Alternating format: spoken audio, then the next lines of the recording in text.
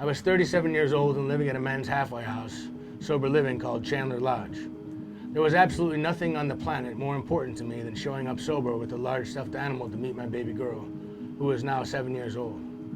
Sure, I was an apocalyptic junkie with about 10 days sober, but there was no way on God's green earth I was going to fuck this up. I couldn't possibly fuck this up. My daughter was in town and I had purchased 4 tickets to the Grove Theater in West Hollywood. I was going to show up with this giant stuffed animal and give it to my daughter Kaylin. There we would all watch the movie Cats together, me, my daughter, and her grandparents, Vincent and Roberta, on her mother's side. I imagined us all having a safe, sane, amicable visit. I wore deodorant and everything. I even put on some cologne so I wouldn't smell. It was a hot California day and I had to ride the Red Line train from North Hollywood to catch the 704 bus down Santa Monica Boulevard, riding with a bunch of smelly bums holding a giant white teddy bear. I felt awful looking out the window at the people riding in their cars, wearing clean, nice clothes. I wanted that life. I wanted to be a father with a stable job and a nice Mercedes-Benz SUV to pick up my daughter and take her to the Getty Museum or someplace nice. I had planned on saving up and enrolling Kaylin into the Children's Actors Studio so she could have friends her age if she ever came to America. I had planned on staying sober for our visit. Everything in me wanted to stay sober for my daughter. But when I got off the bus with my stuffed animal and my daughter, I was at the Grove. A string of fancy shopping centers and overpriced restaurants surrounded the movie theater. People were well-dressed with well-dressed children, and I was an hour early, nervous and sweaty, with this giant stuffed animal. I felt like a loser, and I was very, very nervous.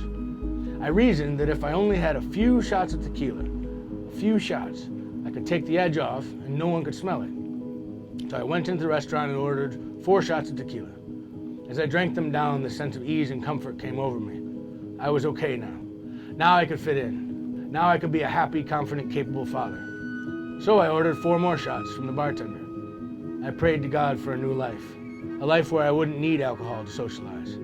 I looked out the window of the restaurant towards the theater to see Kaylin and her grandparents standing there waiting for me. I was off. I suddenly realized I began to sweat and feel guilty. The alcohol was backfiring. Instead of taking away my feelings of inadequacy, it was now adding to them. Fuck it.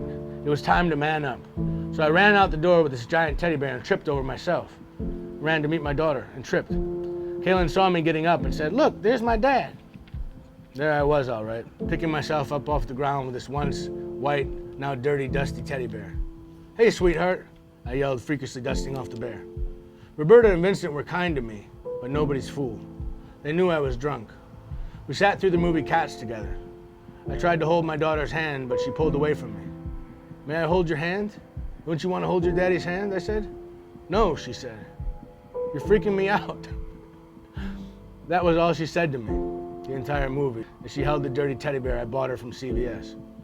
She held her grandmother's hand, a hand that fed her and raised her, changed her diapers, hugged her when she cried, and tucked her into a safe bed at night. She held her grandma's hand at night, not mine, because I was so fucked up. I had fucked up every good thing in my life, trying to control and manage my feelings. I sat there like a bitch, wishing I could turn back time and be a hero. Hell, forget hero, I just wanted to be normal. A normal dad with a normal brain. I was so tired of being a freak. A song came on at the end of the movie, and the memories were lost long ago, so I'll dance with these beautiful ghosts.